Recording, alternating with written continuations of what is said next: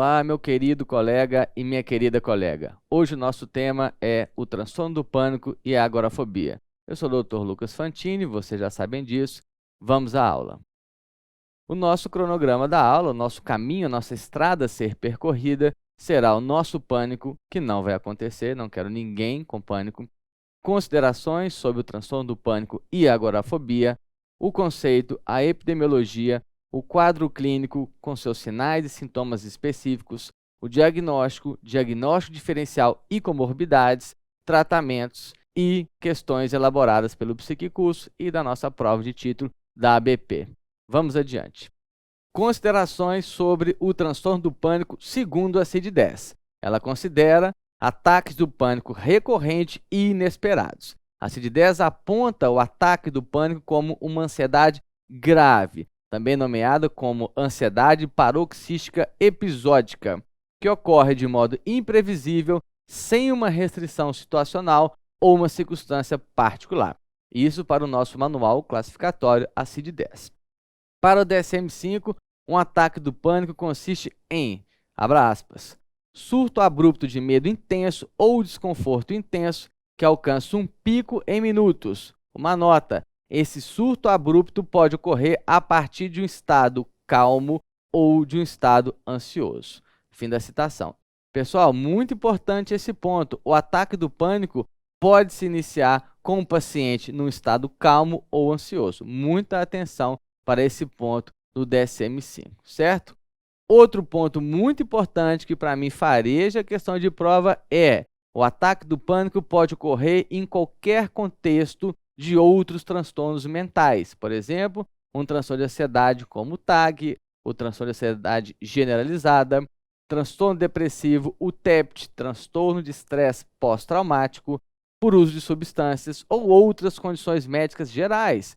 Por exemplo, pacientes com cardiopatia, doenças vestibulares, do trato gastrointestinal ou até pneumopatias, certo? Então, o ataque do pânico ele não está restrito apenas ao transtorno do pânico.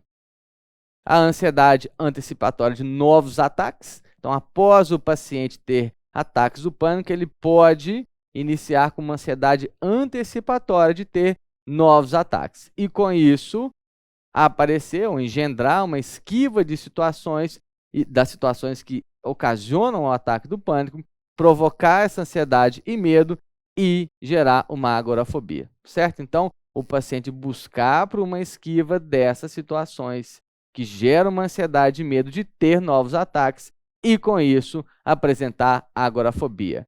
Mais adiante, vou detalhar essa questão da agorafobia e transtorno do pânico como entidades nosológicas distintas a partir do DSM-5.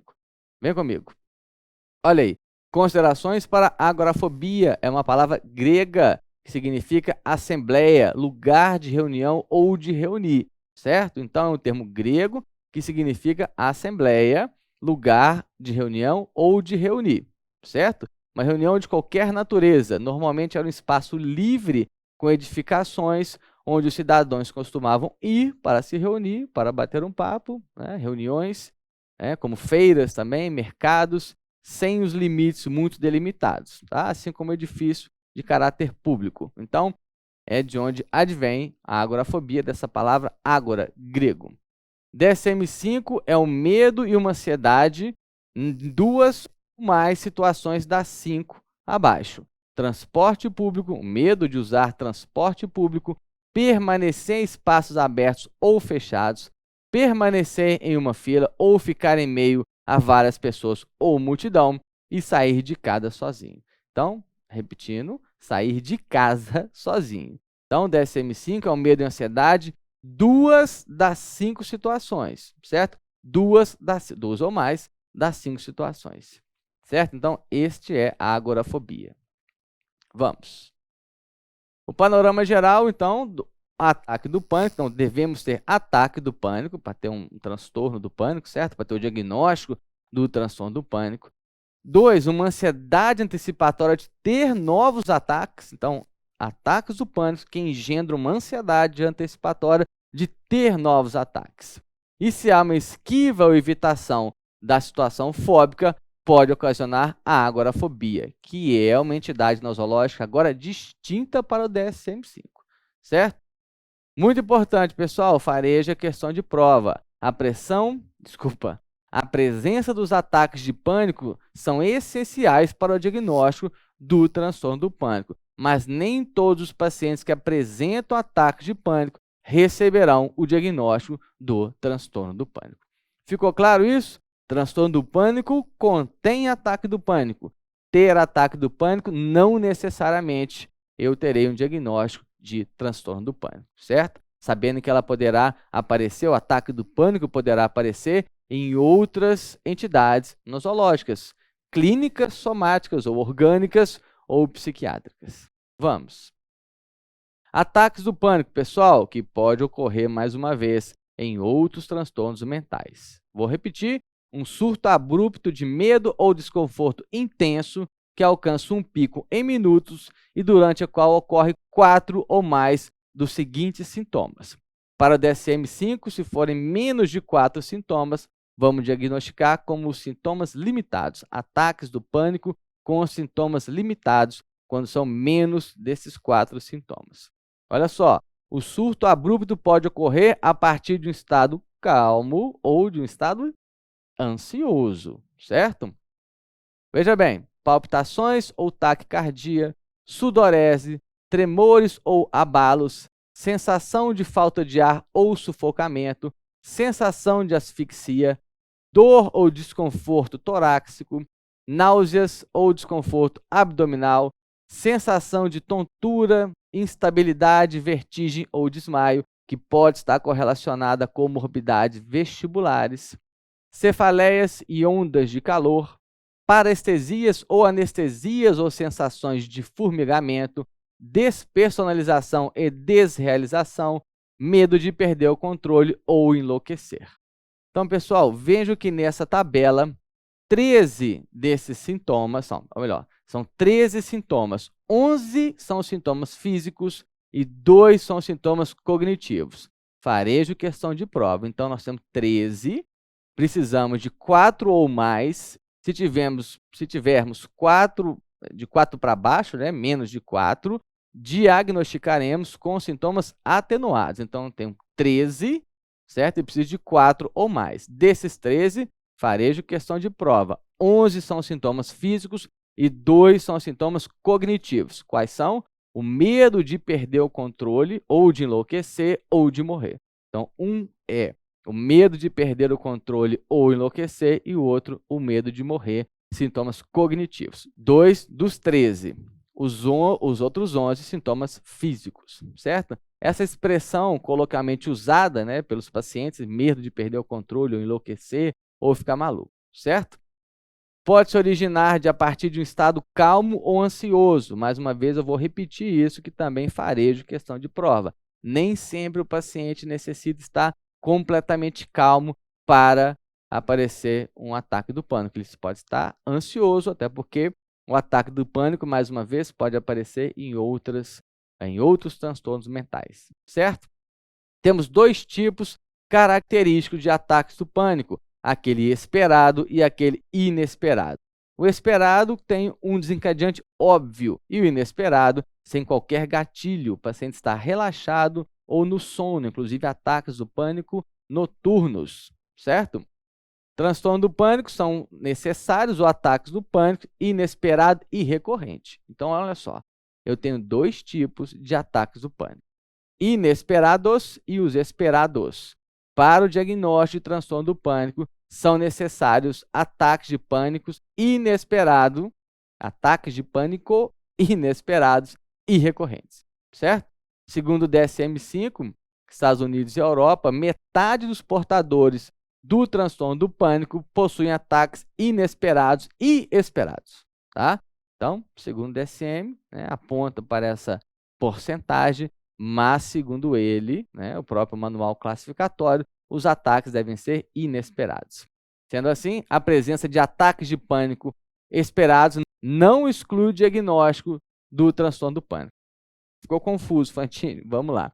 Segundo o DSM-5, os ataques do pânico devem ser inesperados, certo? mas ataques do pânico esperados não excluem um diagnóstico de um transtorno do pânico. Ficou claro?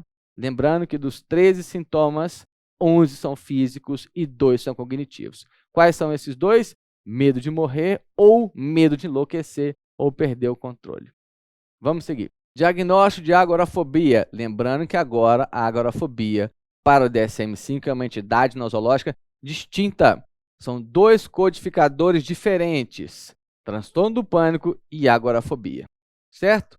Duração de 6 meses, para o DSM-5, medo e ansiedade, em 2 dentre 5 situações abaixo. Já falei atrás, vou repetir. Usar transporte público, como automóveis, ônibus, trens, navios ou aviões, permanecer em espaços abertos ou fechados, por exemplo, um estádio de futebol, ou mercado, supermercado ou uma feira, tá? Pontes, etc. Feira hippie, por exemplo, não é isso? Imagina você na feira hippie aqui em Belo Horizonte, você pode, né, apresentar um diagnóstico de agorafobia, caso tenha um medo intenso de ir na feira hippie. Quem for de fora e vier em Belo Horizonte, todo domingo, a partir de 6 horas da manhã. Shopping centers, teatros, cinemas, supermercados e etc. Etc. Permanecer em uma fila ou ficar em meio a várias pessoas ou multidão e sair de casa sozinho. 2 entre 5 dessas situações. Vamos.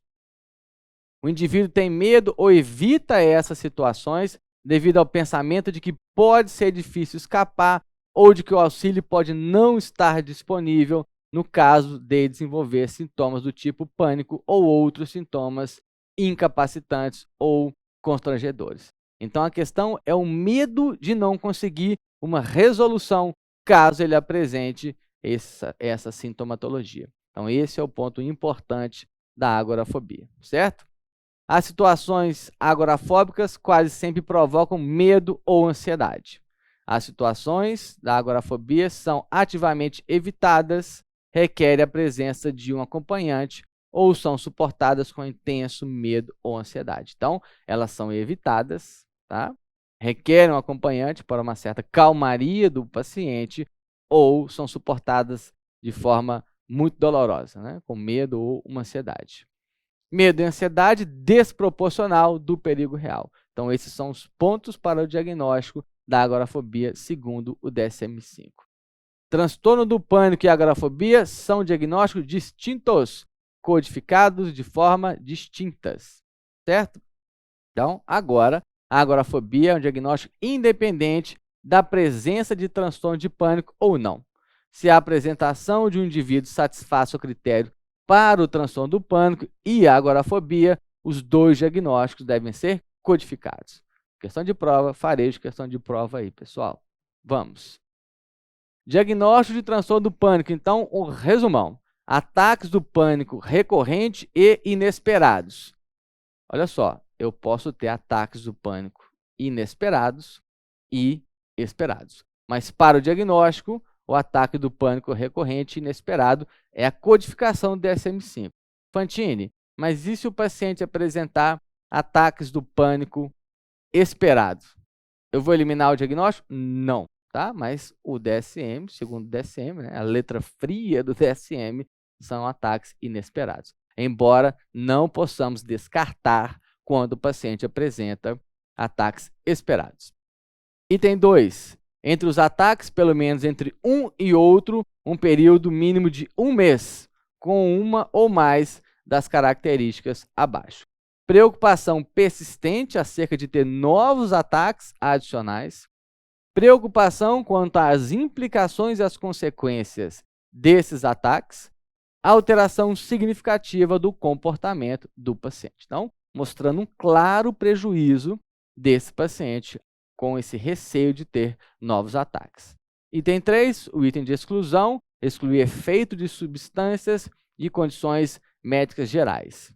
4, excluir outros transtornos ansiosos como TAG, o transtorno de ansiedade generalizada, fobia social, fobia específica, transtorno obsessivo compulsivo, transtorno de estresse pós-traumático e o transtorno de ansiedade de separação. Lembrando, eu posso ter ataques do pânico nessas condições psíquicas, porém, não é um transtorno do pânico, certo? 5.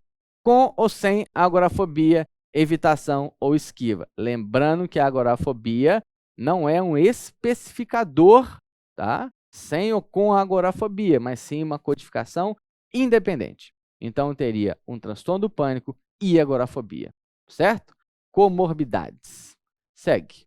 Questão do Psiquicurso, criada pelo professor João. Em relação aos ataques do pânico e ao transtorno do pânico, pode-se afirmar. Então, em relação aos ataques e ao transtorno. Opção A. Somente a partir do DSM-5, o transtorno do pânico e a agorafobia foram separados como diagnóstico independentes. É o que eu venho dizendo para vocês. Agora, o DSM-5, desde 2013, 2014 no Brasil, se eu não me engano, é essa data, eles codificam de forma independente o transtorno do pânico e a agorafobia. Beleza? Ficou claro? Então, já de saída, a nossa opção A ela é correta. B. É incomum a comorbidade entre transtorno do pânico e outros quadros clínicos. Entendam quadros clínicos como quadros somáticos, orgânicos. Não é incomum. Cardiopatias, por exemplo, como arritmias ou prolapso da válvula mitral, podem ter uma comorbidade com o transtorno do pânico. Pneumopatias, como DPLC e asma, questões gastrointestinais, como diarreia, constipação, e problemas vestibulares, como vertigem, tontura, ou a sensação de instabilidade postural. Certo? Então, não é incomum comorbidade entre transtorno do pânico e quadros clínicos orgânicos. Opção C. Diferentemente da cocaína e das anfetaminas, a cannabis não funciona como precipitador de um ataque do pânico, podendo ter efeito terapêutico em função de suas propriedades ansiolíticas. Pessoal, errado, certo? Algumas pessoas têm o uso da cannabis como algo ansiolítico, algo para relaxar, não é isso? Para curtir a vibe, para dormir, mas nem sempre ela é ansiolítica, inclusive ela pode ser ansiogênica, assim como as anfetaminas. Então, não é para todas as pessoas o efeito de ansiolítico da cannabis. Ela pode ser ansiogênica, certo? Então, letra C também errada. D de dado. Para o DSM-5, a característica essencial de um ataque do pânico é um surto abrupto de medo ou desconforto intenso que alcança um pico em minutos e durante a qual ocorrem 4 ou mais de 13 sintomas físicos e cognitivos. Físicos, embolei, né? Físicos e cognitivos. Então, certo, pessoal? Vamos ler de novo.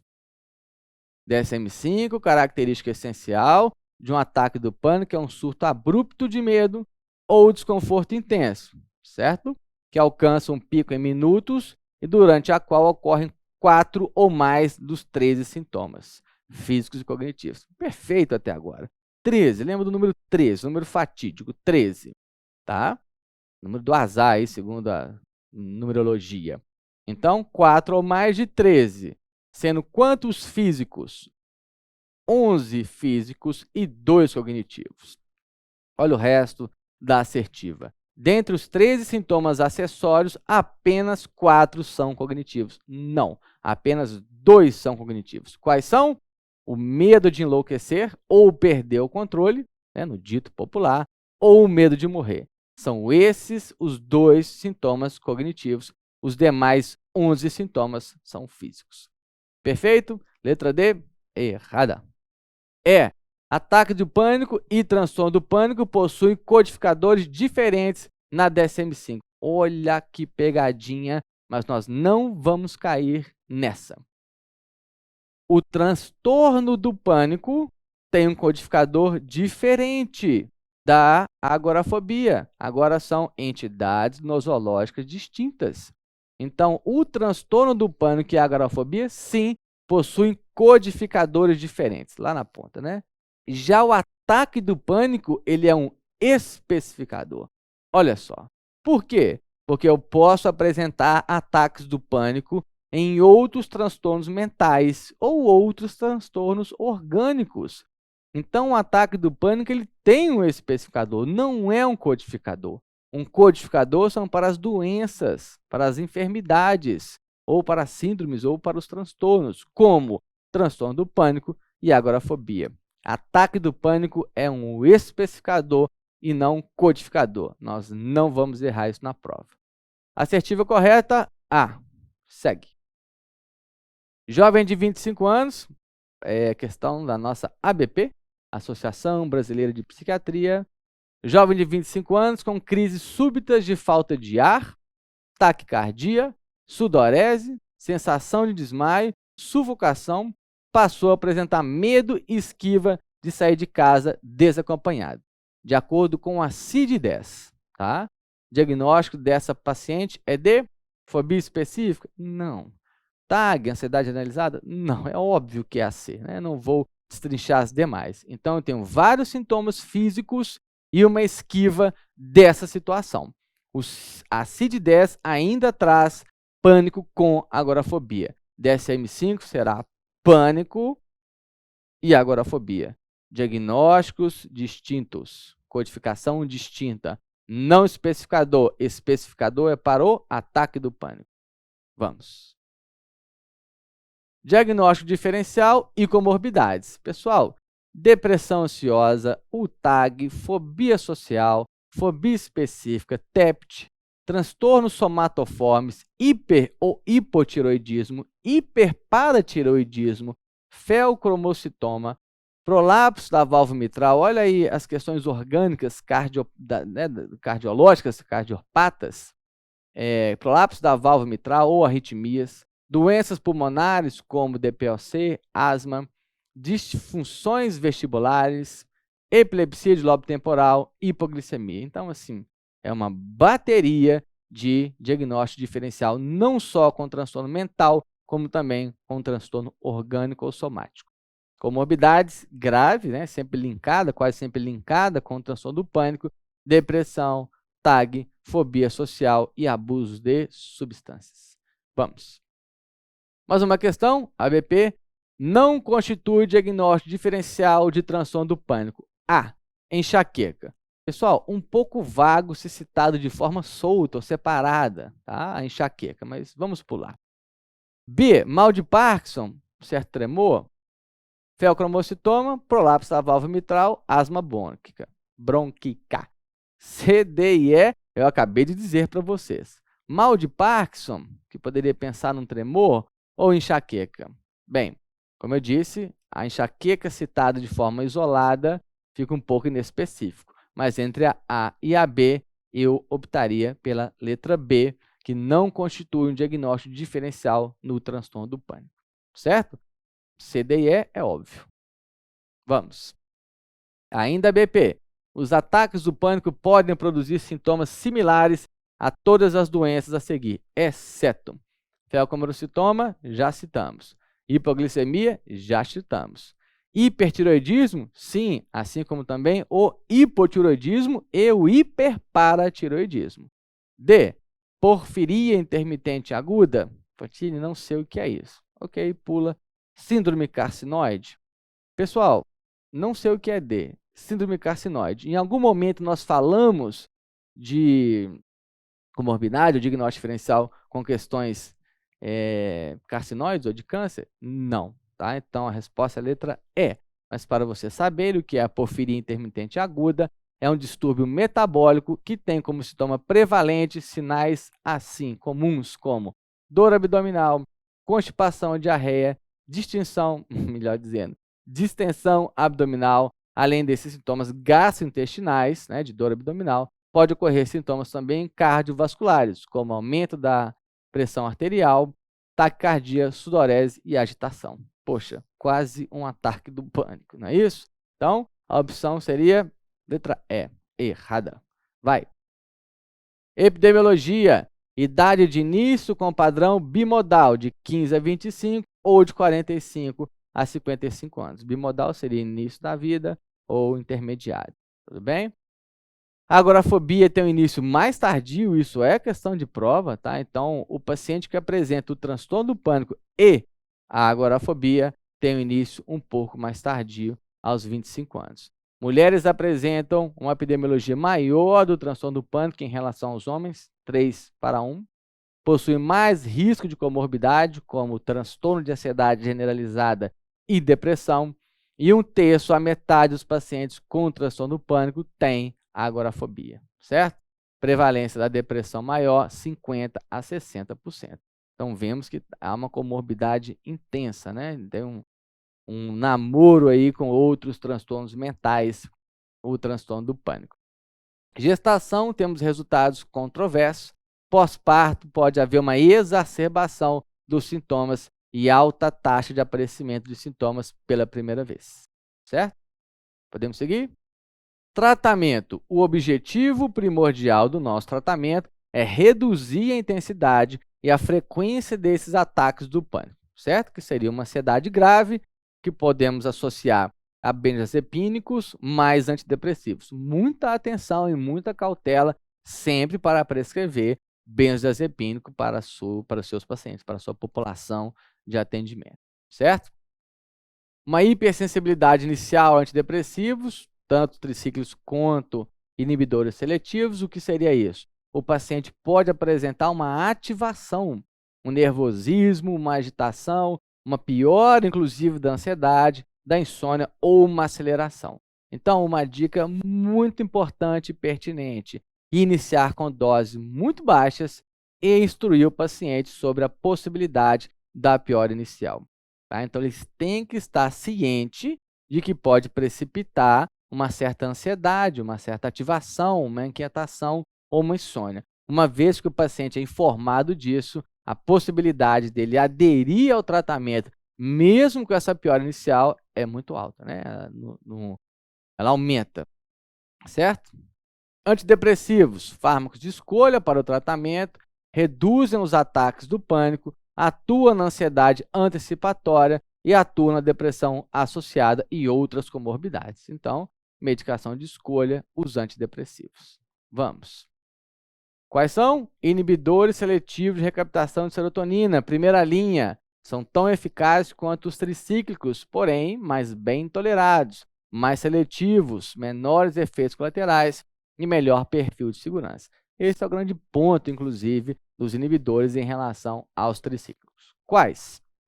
Fluoxetina, sertralina, paroxetina, citalopram, estalopram, fluvoxamina são aprovados para o tratamento do transtorno do pânico e não há evidência de eficácia ou diferencial dentre a classe dos inibidores. Podemos usar todas essas medicações pensando nas particularidades do transtorno de cada paciente. Lembrando que nós não temos doenças, nós temos doentes e cada um deles manifestará a sua doença de forma idiosincrática, particular, certo? E individual.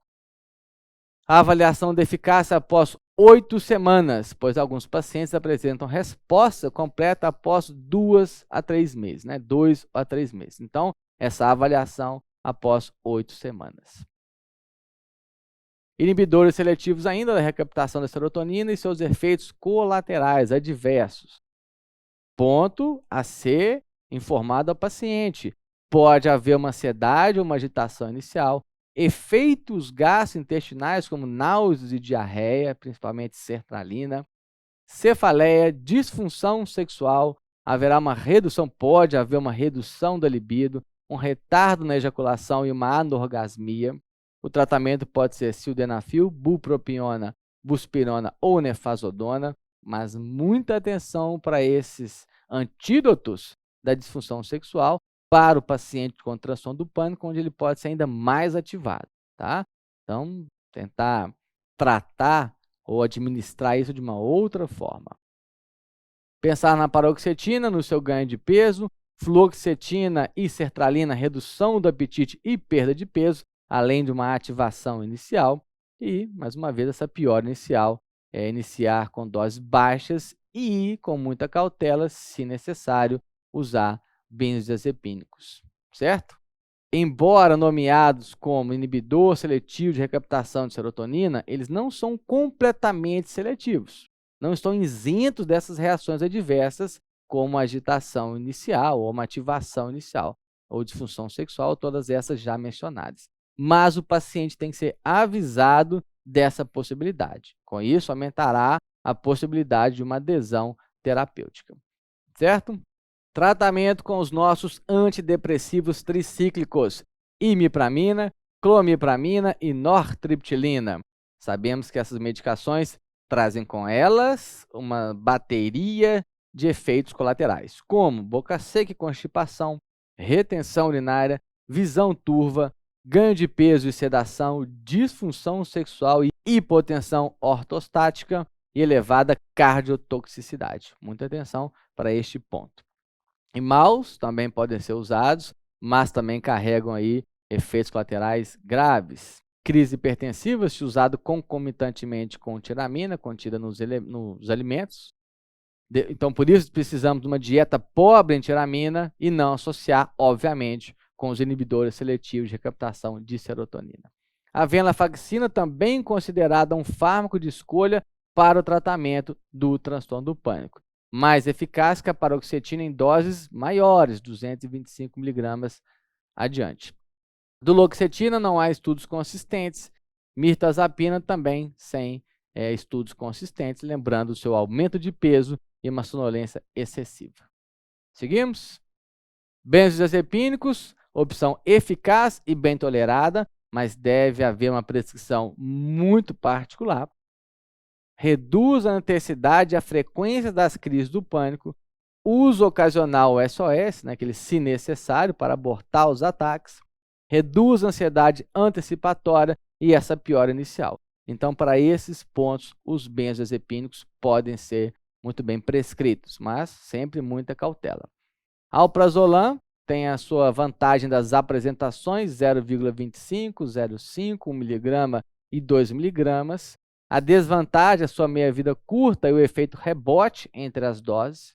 O clonazepam pode ser usado, tem uma ação rápida e uma meia-vida mais longa que o alprazolam, e a apresentação de 0,25 mg, assim como o alprazolam.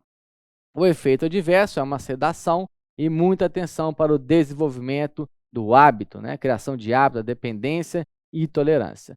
Retirada gradual, sempre 0,25 mg por semana. Apesar de alguns pacientes conseguirem suspender a medicação de forma abrupta. Mas para nós, a orientação é de retirada gradual. Deixo para vocês uma tabela de doses das medicações, dê um pause, está aí para vocês as nossas doses iniciais e de manutenção. Psicoterapia, obviamente, é indicada, a terapia cognitivo-comportamental, que buscará a reformulação de crenças desadaptativas e uma reestruturação cognitiva. A psicanálise também pode ser indicada e busca uma resposta ao desamparo inconsciente do paciente.